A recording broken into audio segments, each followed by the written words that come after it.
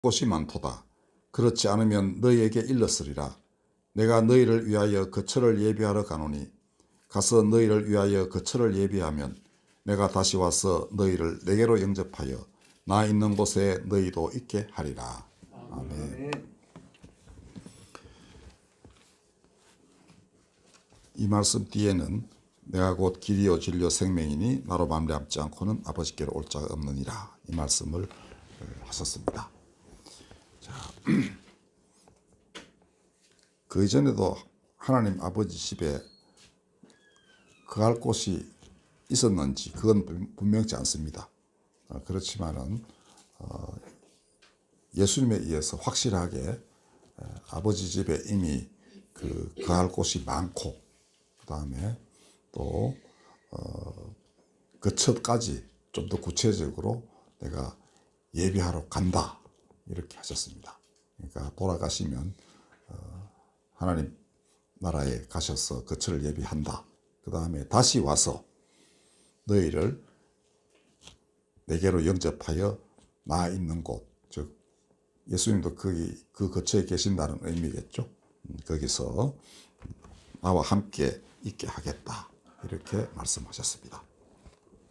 그러므로 부활 후 40일 만에 성천하셨더라도 오직 거기만 계신 것이 아니고 오르락내리락 한다는 말씀이시겠죠. 그 다음에 성천하실 때 제자들에게 하시는 말씀 중에는 땅끝까지 가서 내 복음을 전하여라. 그리고 내가 세상 끝날까지 너희와 항상 함께 있겠다, 이렇게 약속하셨습니다. 그리고 실제로 성천하신 이후에도 다메섹 도상의 바울에게 나타나셔가지고 그를 완전하게 다른 사람으로 바꾸고 사도로 세우셨습니다. 그러므로 예수께서는 언제나 하늘에도 계시고 이 땅 사람들 가운데도 계신다, 이렇게 믿으시면 됩니다. 어느 곳에나 다 동시에 계실 수 있는 분이에요. 자, 생각해 보십시다. 우리 지구의 반대편은 지금 밤일 거예요. 네. 또 이제 이쪽 서반구 쪽은 아직 주일이 아닌 겁니다. 그런데 교회 예배 드리는 교회만 해도 얼마나 많습니까? 근데 다 거기에 계신다고 봐야 되겠죠? 우리 교회 있는 게 아니고 이 서대문구만 해도 수십 개의 교회가 있는데 거기 다 계셔야 마땅합니다. 실제로 그렇게 계시는 분이에요. 자, 그런 의미에서 그리스도의 인격은 이미 우리 인간의 한계를 초월한 그런 분으로 우리가 알 수 있습니다. 자, 문제는 오늘의 인류가 갖고 있는 엄청난 역사적 과제입니다. 정오와 한으로 뒤엉킬 수많은 과제가 있습니다. 지금 우크라이나에서도 똑같은 일이 반복되면서 이러한 일들이 끊임없이 계속 증폭되고 있는 걸 보면 과거가 어떠했던가를 우리 충분히 짐작할 수 있습니다. 모든 족속에게서 억울한 죽음을 당한 사람이 수도 없이 많습니다. 헤아릴 수가 없습니다. 그런데 놀랍게도 요한계시록 6장에 보면은 저자가 무슨 환상을 봅니다. 거기에는 모든 족속으로부터 아무도 능히 헤아릴 수 없는 큰 무리가 나와서 흰옷을 입고 손에는 종려 가지를 들고 하나님과 어린 양의 구원하심을 찬양하고 있었습니다. 네, 이들이 누구인가를 설명하는 말씀이 이어서 나오는데, 이들은 큰 환난을 겪었다. 그리고 어린 양의 피에 그 옷을 씻어 희게 하였다. 이렇게 기록하고 있습니다. 예수님 원하시는 것이 바로 이것입니다. 모든 환난 받는 사람들이 어린 양의 피로 그 옷을 씻어 희게 되는 것. 이게 무엇을 의미하는 것이겠습니까? 자, 이렇게 저는 믿습니다. 어린 양이 그 모든 억울한 호소를 다 들으신다.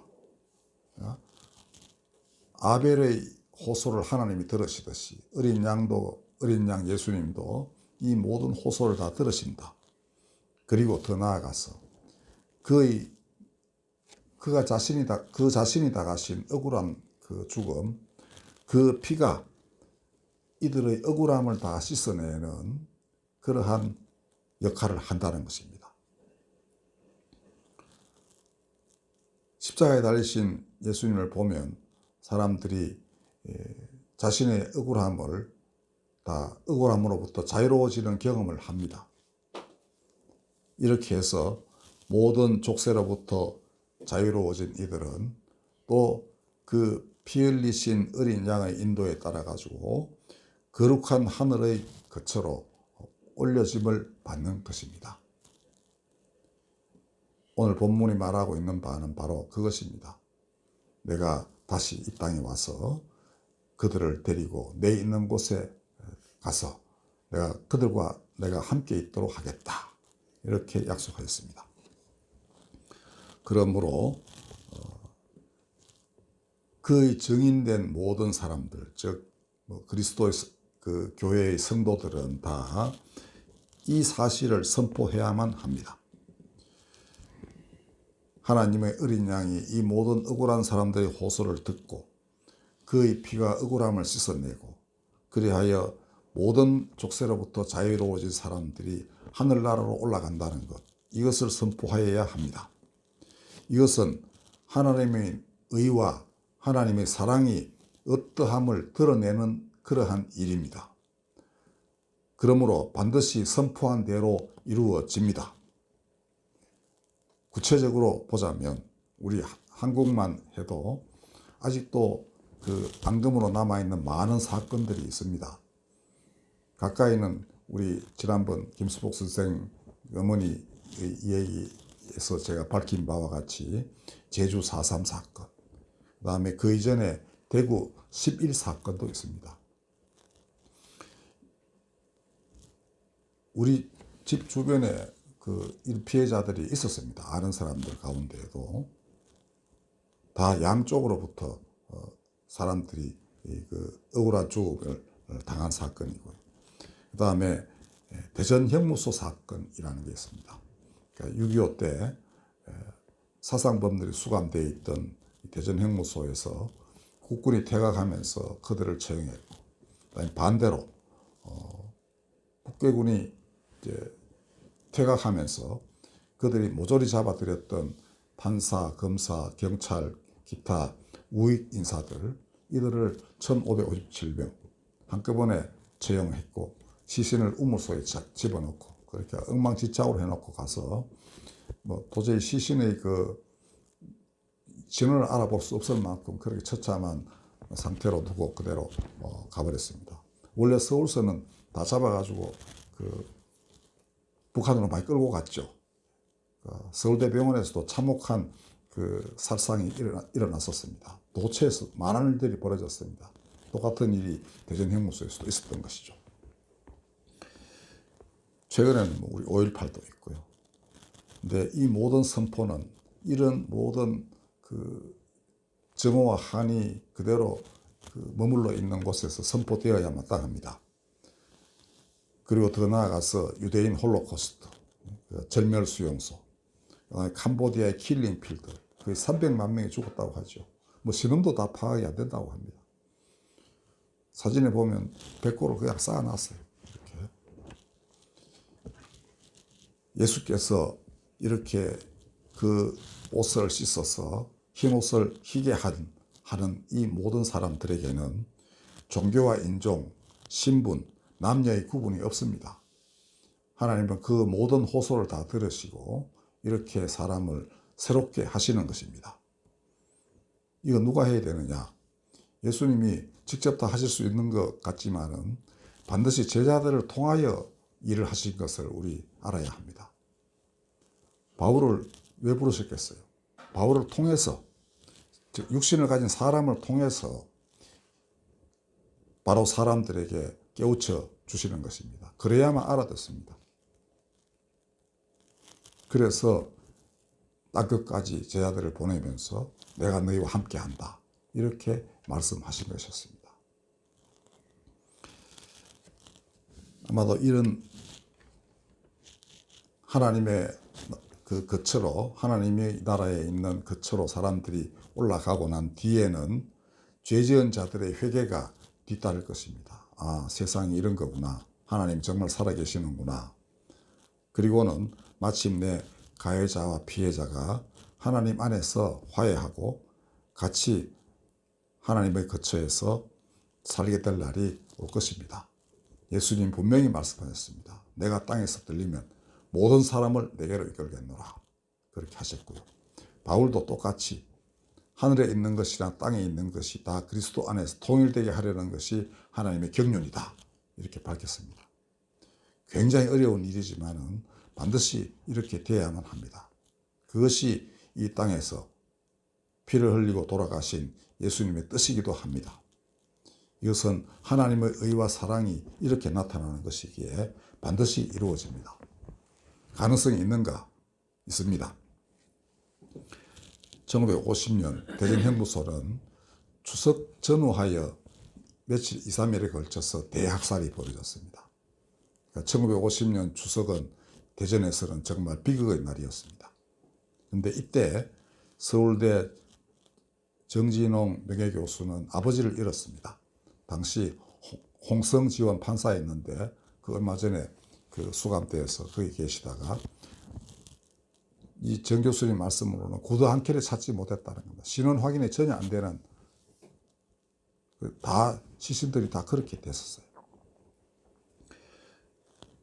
근데 이분이 말씀하시기를 그때 좌에게 의해 아버지를 살해당한 사람, 그다음에 또 우익에 의해 살해당한 사람, 아버지가 그 후손 두 사람이 허물없이 친구가 되는 경우가 있었답니다. 본인 얘기인 것 같기도 한데 그까지는 제가 물어보지 못했습니다. 그러니까 왜 보면 두 사람은 원수라 할 수 있죠. 자기 아버지 이쪽의 주이고 이쪽 아버지는 이쪽의 주이고. 그러나 두 사람은 그걸 자기들 대 그대로 그 정오와 한을 그대로 품고 서로 원수되는 거, 이거는 인간의 길이 아니라고 이미 깨달았던 것이죠. 아주 보통 사람들은 그렇게 이 모든 그 정오의 맥을 그렇게 끊어냈었던 것입니다. 그래서 정 교수님도 저한테 그렇게 이야기하셨어요. 이미 제가 이 얘기 들은 게 꽤 오래 전입니다. 7, 8년 전에 서울대 기독학생회 초빙했을 때 이 얘기를 하셨어요. 그리고 다시금 제가 며칠 전에 전화 드리니까 반복해서 말씀하셨습니다. 절대로 정오를 다음 세대에 전승하지 않으려 한다.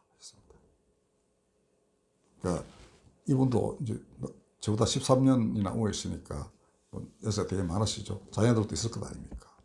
근데 이들에게는 절대로 정오를 전승하지 않는다. 그렇다고 그러니까 이 사건을 얘기하는 것도 되게 조심스러우신 거예요. 그러면서 또한 대한민국의 보상도, 그 다음에 북한의 손해배상도 원치 않는다 하셨습니다. 그거 하다 보면 또 다른 마음이 또 생기고 또 후손들은 또 그거 가지고 또 뭐 이제 옛날을 상기하면서 혹시나 다시금 정오를 불태울 수도 있겠죠. 그래서 아예 그런 싹을 다 없애고 우리 당대에 끝낸다. 그게 70여 년 전 일이 아닙니까? 50년 일이니까 73년 전의 일인데 그때 중학교 1학년이었답니다. 그리고 그 일로 인해서 본인은 상당 기간 동안 고아원에서 생활을 하셨습니다. 쌓인 게 되게 많겠죠. 그러나 기독교에 귀의하고 종교학을 전공하면서 끊임없이 그 누리려 했던 것은 정오를 전승시켜서는 안 된다. 많은 역사적 사례에서 이런 것들이 전승됐기 때문에 또 다른 분쟁이 생기고 또 다른 그 투쟁이 살육이 생기면서 이제 디범벅이 돼버려가지고 옳고 그름을 어찌 판가름할 수 없는 그런 상황이 돼간 게 너무나 많았습니다. 저는 이런 것이 바로 어버이 마음이라고 믿습니다.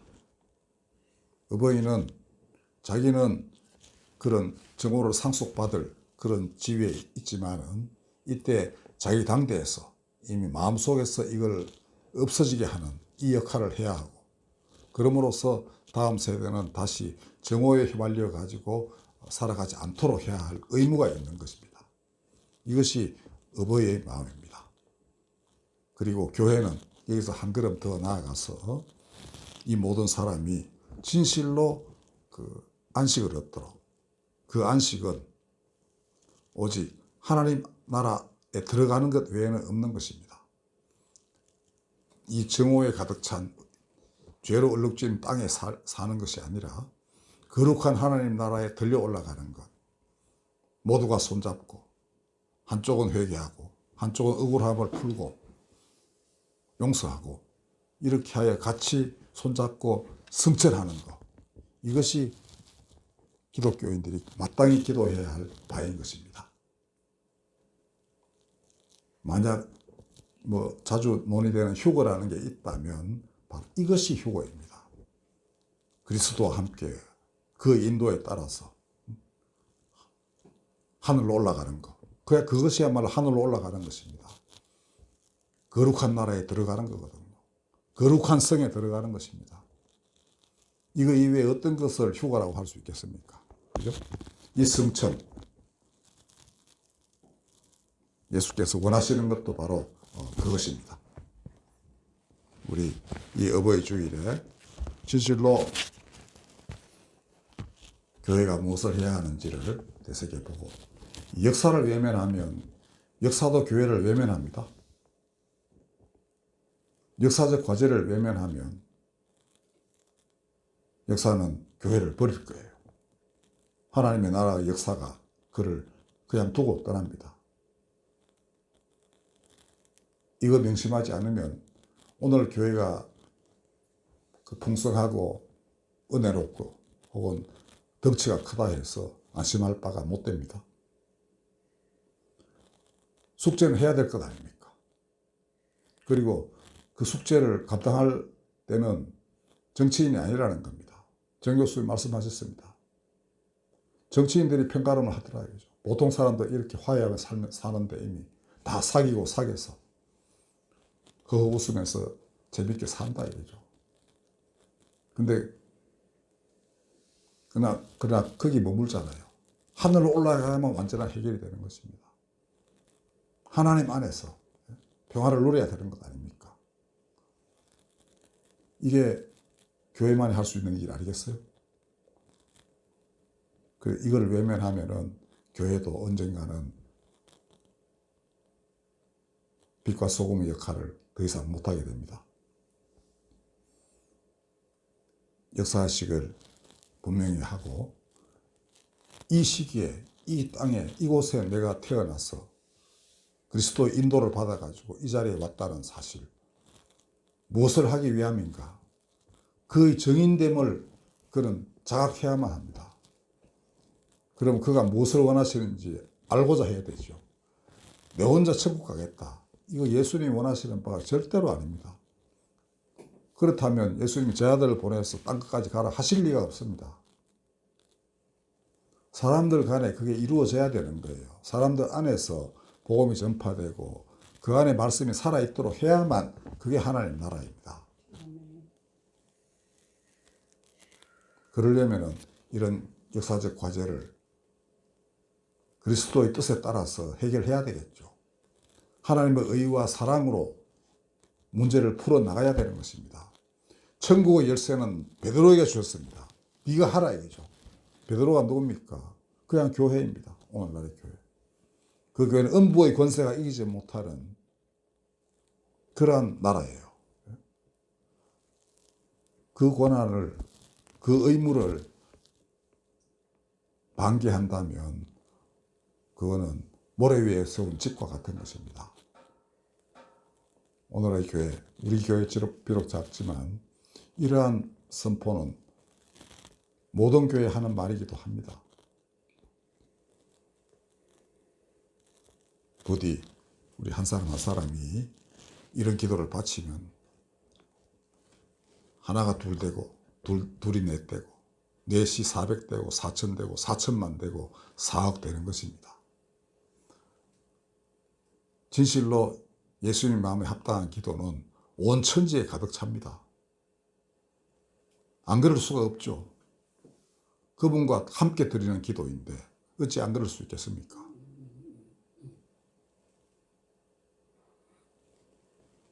부디 그거는 진짜 어버이 마음입니다. 어버이라면 자기 아이만 사랑해서는 어버이가 아니죠. 다른 아이도 사랑해야 될 것 아닙니까? 그래서 우리가 은수라는 애, 집도 절도 부모도 없는 아이를 잔디레집에 받아들이고 했는 것 아닙니까? 하나님 우리에게 그 과제를 주셨습니다. 외면한다면 또한 우리도 숙제 다 못한 학생이 되겠죠. 우리에게 다시 작은 일이지만 그렇게 하나하나 해결해 나가면서 우리에게 주신 사명을 감당해 가는 것입니다. 여러분들 함께 기도하시고 같이 협력하여 선을 이루도록 해봅시다. 아멘. 기도하겠습니다. 절대로 정오를 전승하지 않는다.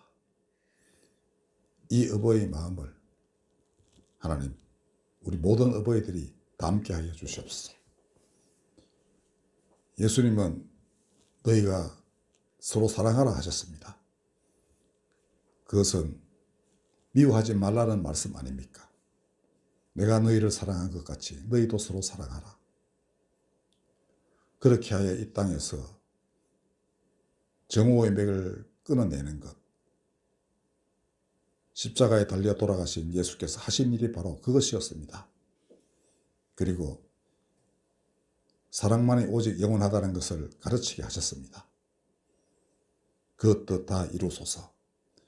사랑만이 천상천하 모든 것을 하나 되게 하옵니다. 바울이 선포한 에베소서의 그 말씀 또한 하나도 남김없이 다 이루어지게 하여 주시옵소서. 예수님의 이름으로 감사하며 기도드렸습니다.